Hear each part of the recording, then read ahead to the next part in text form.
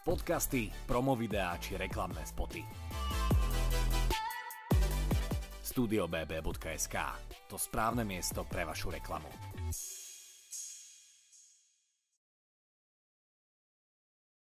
Dámy a páni, všetci priaznivci hokeja a najmä toho banskobystrického, vitajte pri sledovaní ďalšej epizódy podcastu HC05. V rámci novej sezóny je to aj prvá epizóda a povedali sme si, že tak trošku vám ideme priblížiť nové tváre z našej kabíny. No a sú to títo mladí chalani, Roman Fajt a Adam Stránsky. Vítajte páni. Ahojte. Ahojte, ďakujem pekne. A tým asi aj môžeme začať. Ako viedla tá cesta do Banskej Bystrice? Adam, môžeš povedať, ty si ako zakotvil v meste pod Urpínom? Tak viac menej po sezóne sa mi ozval manažér Bystrice, kde sme mali pár stretnutí a dotiahli sme tú dohodu, že som sa ocitol tu v Bystrici a hrám za Banskú Bystricu. Boli aj iné ponuky? Boli iné ponuky, ale tak predsa som mladý hráč a minulý rok som pôsobil v prvej lige, takže môj cieľ sa bol dostať do tej extraligy, takže som rád, že som tú ponuku dostal a som tu rád. Roman, v tvojom prípade? Ja som sa s pánom Písarom mal stretnúť už v Capitals Bratislava a nedopadlo to tak a stretli sme sa pred sezónou raz a potom sme si zavolali a som tu v Bystrici. Ale bol tam už nejaký kontakt počas uplynulej sezóny? Že už si mal nahliadnuté do Banskej Bystrice? Ja som mal minulú sezónu trošku ťažšiu z toho, že ja som sa mal vrátiť do Capitals a nevyšlo to. Potom som po druhom kole prišiel do Zámkov, keď som nič nemal a teraz to bola prvá ponuka z Bystrice, ktorú som dostal cez leto a dohodli sme sa s pánom Písarom, lebo som chcel začať letnú prípravu s tým, že mám podpísané mužstvo. No a teraz je to prvý mesiac, ktorý je za vami. Tak poďme to trošku tak aj zhodnotiť, tie prvé nejaké dojmy z Banskej Bystrice. Je to klub, mesto, zázemie, v ktorom si viete predstaviť aj zotrvať dlhšie ako jeden rok? Tak samozrejme uvidíme, aké budú sezóny. Ja som tu zatiaľ spokojný. Páči sa mi aj mesto, aj celkovo akože ľudia, čo sú tu. Takže je to hokejový život, nevieme, je to proste z mesiaca na mesiac, zo dňa na deň, ale budem rád, keď tu budem môcť pôsobiť a teším sa na ďalšie mesiace. Páči sa mi mesto, znamená, že aj si ho už spoznal trošku? Tak spoznal, no tak som si pochodil akože aj na meste, aj tak celkovo s chalanmi. No teraz si to je základ, áno. Čo tu boli aj minulý rok, takže bývam s Matúšom Holendom, tam byte, takže ten už tu bol minulý rok, tak mi to poukazoval trošku tu a boli tu aj tie trhy, alebo taký jarmok. Jarmok, ako sa volá náš jarmok? Ježiš, to neviem. Dámy a páni, ďakujem, že ste sledovali tento podcast. Radvanský, na veky, daj si to vytetovať hneď teraz. Radvanský jarmok. Dobre, Roman, ty by si to vedel, dúfam, ako sa volá náš jarmok. Určite by som vedel, ale nebol som na ňom. No čo, Košice sú láska, či aj Bystrica si nájde to miesto v srdci? Košice sú mesto, kde som sa narodil a je to trošku iné, ale myslím si, že v Bystrici je zatiaľ všetko fajn a dúfam, že tu ostanem viac ako jednu sezónu. Mám zmluvu na viac, čiže... Na 2 roky si podpísal? Mal by som mať 1+1 opciu a chcel by som ju... Teraz štatistika tvoja. Nie. Nie, 1+0 vlastne máš teraz. No, štatistika je menšia ešte, takže dúfam, že sa mi podarí ostať a prehať tú opciu a ostanem. Určite by som chcel. Poďme trošku zhodnotiť aj ten vstup do sezóny. Teraz máte za sebou 8 zápasov. Najviac tam nejako zarezonovalo a zauradovalo to, že 5 zápasov v rade ste vyhrali na plný bodový zisk, takže 15 bodov v tabuľke. Myslím si, že po takejto nejakej tej sérii je asi aj tá nálada v kabíne taká, aká má byť. Ako to vyzerá v kabíne teraz? Tak nálada je podľa mňa dobrá. Akože prvé 2 zápasy boli ťažšie, čo nám moc nevyšli. Ale ten Trenčín to bolo blízko. Tam ste boli veľmi blízko. Prvý bol smolný pre nás, keď sme to otočili a prehrali sme ten zápas, ale tak Košice bol uradujúci majster, tam sme to nezvládli. Ale tie zápasy sme sa namotivovali a proste išli sme si za tými víťazstvami a tvrdou prácou sme ich dosiahli a tá nálada bola dobrá, takže aj je. Takže dúfajme, že nám to vydrží. Tam si neoľutoval, že tie Košice teraz dobrý káder majú tento rok. Či nebola ponuka z Košic? Nemal som ponuku. Jak som povedal, jediná ponuka bola z Bystrice, hneď prvá. Tu som prijal, aby som do letnej prípravy išiel s mužstvom, aby sa nestalo to, čo pred rokom. OK. A napriek tomu Dakšeden je asi tréner, ktorý sa neuspokojí a aj po takýchto výhrách si vždy nájde niečo, čo vám vie vytknúť. Tak my sme hlavne mladí hráči, tak my tam máme nejaké tie nedostatky, ktoré nám prizvukuje, ale tak to tomu patrí a ja si rád nechám poradiť. A toto ma inak zaujíma, že vlastne, však vy ste teraz vyšli pomerne nedávno z mládežníckych kategórií a teraz vás trénuje taký tréner, ako je Dakšeden, ktorý má čo to preskákané. Je to naozaj iné, že zrazu jednak prejsť do toho seniorského hokeja a tiež byť pod takouto taktovkou? Tak pre mňa je to dosť iné. Nikdy som nezažil takého trénera, akože bol som aj v Trenčine u mužov, ale tam to bolo iné. Ten tréner bol taký, že nebol taký skúsený ako on. A pre mňa je to nové, ale zvykám si a je to lepšie a lepšie. Pre teba, Roman? Ja som hral pod trénerom Dreisaitlom a Chadom, čiže mal som trénerov možno trošku podobných jemu, ale určite z neho ide rešpekt a má skúsenosti. No. A keď som ešte spomínal tie mládežnícke kategórie, tak kto to má priblížiť, ak nie práve chalani, ktorí teraz vyšli z tých mládežníckych kategórií? Všade sa to v každom článku skloňuje, že áno, je to náročné, ten prechod, ale poďte to priblížiť laickému divákovi, ktorý sa na to pozerá a vraví si, však proste ten istý hokej, ktorý hráš, tak teraz už budeš hrať za mužov. V čom je to iné? Lebo viem, ty si mal napríklad veľmi vydarenú tú sezónu v juniorke, tam si mal 39 zápasov, 60 bodov? No, tak nejako. A zrazu akože u tých mužov je to úplne diametrálne odlišný hokej? Tak je to odlišné, predsa sú tam skúsenejší hráči, v tej juniorke je to predsa také ulietanejšie, sú tam mladí hráči, kde sa lieta všade možne, ale u tých mužov sú tam skúsení hráči, ktorí už vedia, kde sa majú postaviť v tých situáciách, ale tak hlavne je to o tom, aký má ten hráč to sebavedomie, aký dostane priestor a podľa mňa akože je to opodstatnejšie iné, ale keď si na to zvykne ten hráč, tak už je to v pohode a adaptuje sa do toho. Čiže to, čo si povedal, je, že v senioroch už tí hráči dokonca ako vedia, čo majú robiť, spĺňajú systém. V junioroch preto možno je ten hokej tak ulietaný, ako si povedal, že ešte tam nie je tak zapracovaný ten systém, je tam viac chýb. Toto je ten hlavný rozdiel? Je tam viac chýb, tak samozrejme v tej extralíge každý už ide od zápasu k zápasu, je to dôležitý zápas, každý predsa v tej juniorke. Je to ešte pre niektorých chalanov taký fun, zábava. Niektorí sa uberajú v štúdiu, niektorí... To sa aj my teraz. Ten hokej ešte hrajú tak iba pre zábavu a v tom mužskom hokeji už je to predsa iné, už sa tam hrá. Je to moja práca a čakajú sa výsledky a je tam aj ten troška väčší tlak, takže je to iné. Ty si to ako, Roman, pociťoval, ten prechod k seniorom? Keď dobre rátam, mala by to byť moja 4. sezóna medzi mužmi. A ten prechod som mal trošku iný, lebo ja som išiel z dorastu do Ačka a bolo to veľmi cítiť na začiatku. Počkaj, a prvý seniorský zápas si hral ty za koho? V Košiciach. V Košiciach. A bolo to na začiatku veľmi cítiť, si dovolím tvrdiť aj minulú sezónu ešte.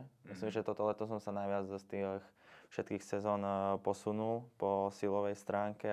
Čiže toto je to, čo ten mladý hráč musí spraviť? Silovo sa najviac posunúť? Myslím si, že podľa toho, aký ste typ hráča, ale strašne veľa chlapcov, ktorých sa presadzovalo v juniorskom veku, príde do mužov a už zrazu nemá to svoje miesto, ktoré malo doteraz a musíte o to miesto bojovať, pripraviť sa fyzicky čo najlepšie na sezónu, aby ste to zvládli, bez ranení hlavne. A presadiť sa. To je asi tá vec, ktorú treba splniť a ešte asi trošičku šťastia k tomu športu. No ale presadili ste sa celkom pekne. Vlastne teraz tvoríte aj jeden útok. Tuším, v 3. formácii ste spolu. A tie dvojičky, trojičky, ktoré sú aktuálne po tom prvom mesiaci, po tých 8 zápasoch, toto už bude nejaká stabilita, na ktorej to stavia ten Dakšeden? Alebo myslíte, že ešte sa to nejako tak bude premiešavať? Tak ja došiel na nový útočník, jak si mohol vidieť, takže hneď sa niečo pomenilo. Ale tak hlavne my sme dostali nejakú úlohu pred sezónou, ktorú musíme plniť a ktorú od nás vyžaduje tréner, takže u nás sa nič nemení, my budeme hrať stále tú istú hru, aj keď budeme hrať od seba alebo spolu, takže takto v hokeji chodí, furt sa to mení. No ono je to asi taká trošku konkurencia, že keď vy uvidíte ten článok, že prichádza nový útočník, tak je to také, že zase musím trošku viacej bojovať o ten flek? Za mňa osobne, keď prídem na štadión, tréner to nejak poskladá a treba sa naučiť asi to rešpektovať a počkať si na svoju šancu. Myslím, že to o každom, ako to zoberie. Nikto s tým nič neurobí. Musíme to prijať, jak to je a tak to je. Amen. A takto smutne končíme tento podcast. Dobre páni, dali sme takýto všeobecný úvod a mám tu také dve rubriky. Tá prvá sa volá Kto z vás? Máte tu takéto dva lopáriky. Máte tam ja alebo on a ja tu mám takých 6 otázok. Podľa toho, čo usúdite, že je správne, tak treba ukázať a potom treba aj argumentovať, že prečo, na koho to viac sedí. Pripravení? Poďme na to. Poďme na to. Kto z vás sa oblieka do výstroje dlhšie? Ty si prvý na ľade vždy?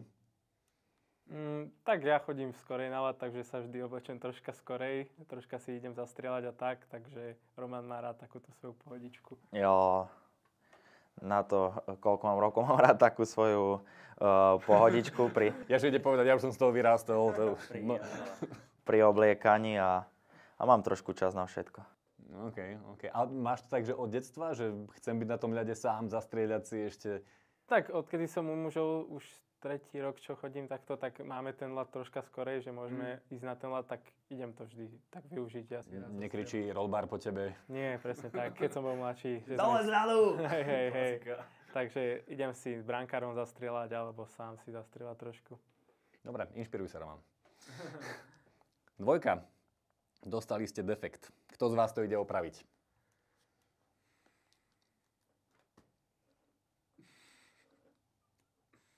No, ja už som mal defekt, čiže vedel by som trošku ako na to. Asi by sme si so Stráňom pomohli.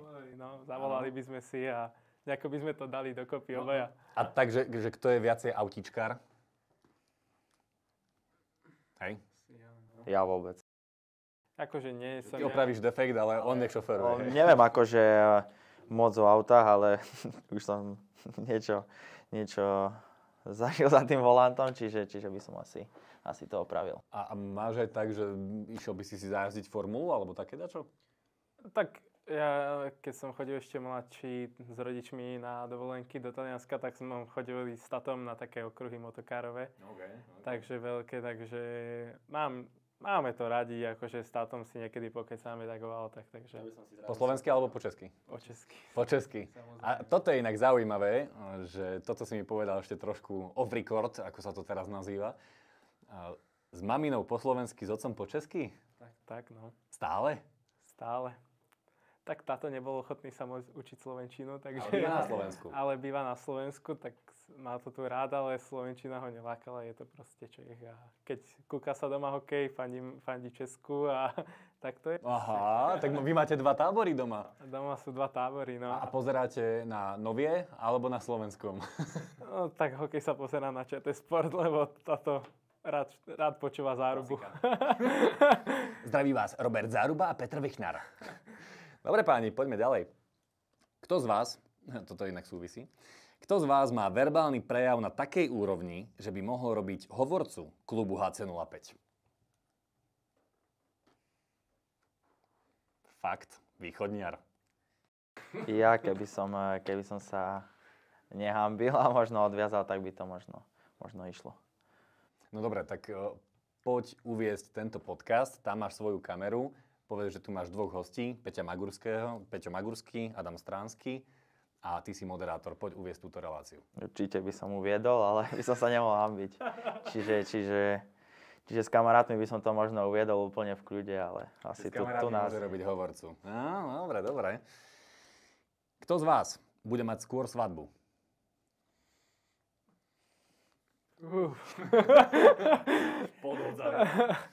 Neviem, to je také, no. Neudal. No dajte. Tak asi dáme ja. Myslím si, že Stráňo si nájde tú jednu Prahu. Nájde, alebo už našiel? Nájde možno. Hľada. Nie, však uvidíme. Kvôli všetkým ostatným nemôžeš povedať, hej. Dobre, úplne rozumieme. Nebudeme to rozpitvávať. Zranili sa obaja gólmani. Jeden z vás musí ísť do brány. Kto z vás by bol lepší? Brankár? Čo ten úsmev? Ja som stále chytal na ulici, vonku, keď sme hrali, čiže by som si trúfol. Ale v svojich korčuliach asi nie v brankárskych. A mal si brankárske také? Nemal som ešte nikdy. Keď boli vždy, že rodičovské zápasy na Vianoce, my sme sa, ja si pamätám, striedali, že vždy niekto iný išiel do brány, brankári si išli zahrať. Ty si bol ten, kto išiel chytať? Nie, ja som bol ten, ktorý robil zle tým, čo sa išli prezliecť sa hráčov do brány. OK. Ja som vždy chytával nejaké tie vianočné zápasy, že som sa obliekol do tej brankárskej výstroje alebo tak, takže aj keď sme boli mladší, doraste, mali sme chorých obidvoch golmanov, nemal nejaký ísť, tak som sa do tej výstroje obliekol a išiel som si to. A išlo ti to? Tak, išlo, no ale je to náročné, akože nemyslel som, že to je tak náročné, ale bol som dosť zadýchaný pri tom, takže... Čo si hráči nevedia predstaviť, že je náročné na brankárskom poste a čo si ty uvedomil, keď si prvýkrát teda mal tú výstroj na sebe? Tak cítil som sa strašne ťažký hlavne v tej výstroji. A sám v tom bránkovisku. A samozrejme, keď letí na teba strela za strelou na tréningu a ideš do toho rozklaku a znova sa postaviť a znova do rozklaku, tak není to nič príjemné. Není si tam, kde troška oddychnúť. Takže radšej hráč. Radšej hráč. Dobre, to... Tam v zástupe si oddychneš. Nebudeš to meniť. Už nie. OK, kto z vás vydrží dlhšie v studenej vode? Aj si taký Wim Hof? Ja to praktizujem, takže si dovolím tvrdiť, že asi ja. Stráňa som tam moc nevidel, čiže asi nie. Áno. Ja praktizujem regeneráciu teplou vodou. A ja, to sme. Úplne chápem. Tie nohy si dám do tej studenej, ale tak nie dlhšie ako 5 minút, lebo už potom je zima. Ako v lete, iba sadnúť do bazénika, nohy trošku omočiť. Ale akože inak teplúčka voda je pre mňa dôležitá. Okay. A má to nejaký ako dopad, že cítiš, čo to znamená pre teba tá rege v studenej? Myslím si, že ľudia, ktorí nejak sa poddali a robia to už dlhšie, tak je to dosť cítiť aj na tom, že som menej chorý v tých obdobiach, keď sa mení počasie a z pohľadu regenerácie to, myslím si, že to má dosť veľký vplyv na telo a vie to pomôcť, keď tomu niekto si o tom niečo prečíta a verí tomu. No, preto som aj spomenul to meno, že Wim Hof alebo také dačo. Rôzne techniky, však či už sú to, čo sa týka studenej vody, dýchania, až takto si na tom, že študuješ si tie veci? Pozrel som si niečo ohľadom tej Wim Hofovej metódy, niečo sa snažím praktizovať raz za čas a keď nie, tak si odstopujem čas a poctivo v tej studenej vode si oddychnem. Toto mi na teba Gašp požaloval, že spolu chodíte. Spolu chodíme, no, s Gašpom.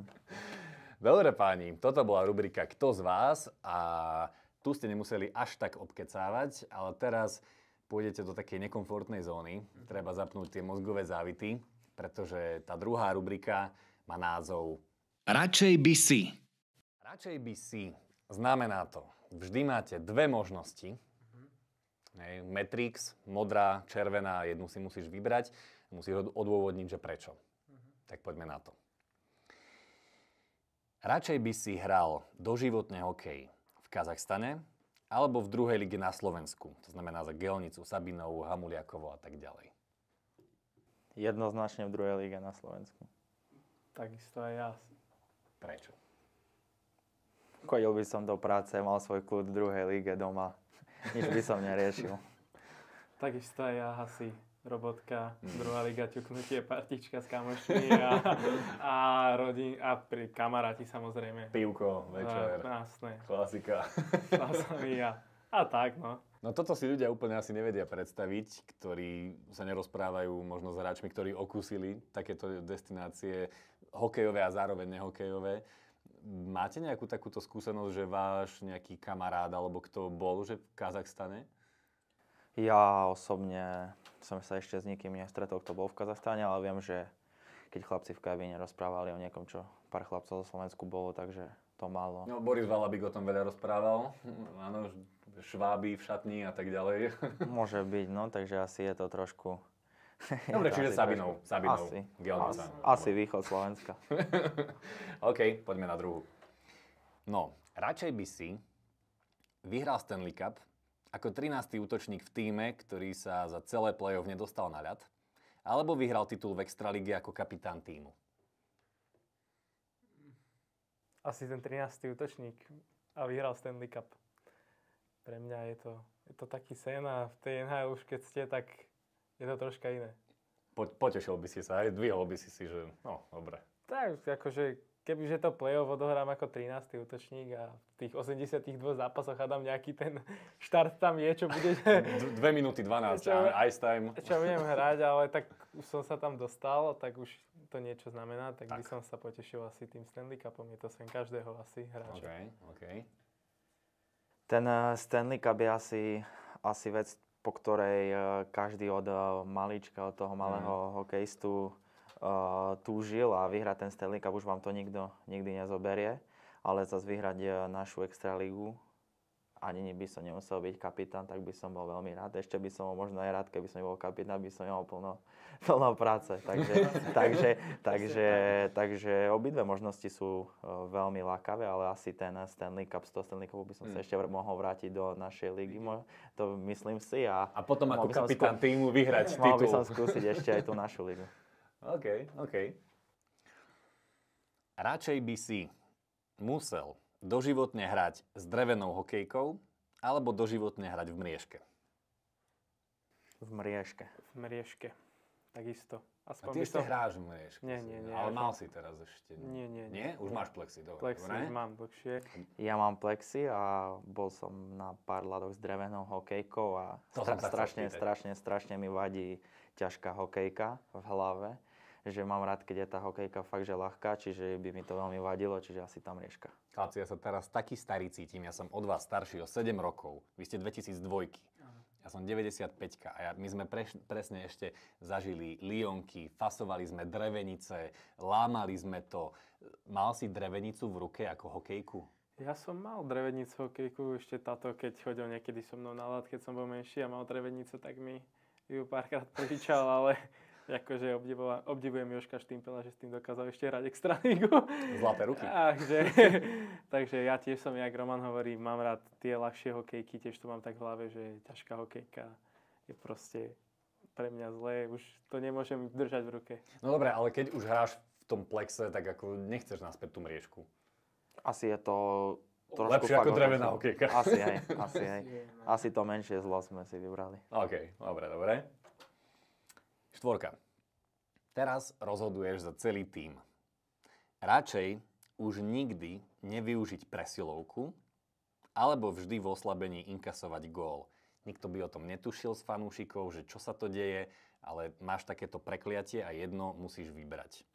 Radšej už nikdy nevyužiť presilovku, rozhoduješ sa za tým, alebo vždy v oslabení inkasovať gól. V posledných zápasoch hráme strašne veľa oslaboviek, čiže by sme mali čo doháňať. Čiže asi v tej presilovke, keby sme nedali gól, si myslím, že by sme si v 5-5 niečo našli. To si myslím aj ja. Asi tých 5-5 by sme tie góly dali. Než inkasovať každej oslabovke, ktorých máme dosť. Máme strašne veľa. To je pravda. Dobre, dobrý argument, nemám čo k tomu. OK.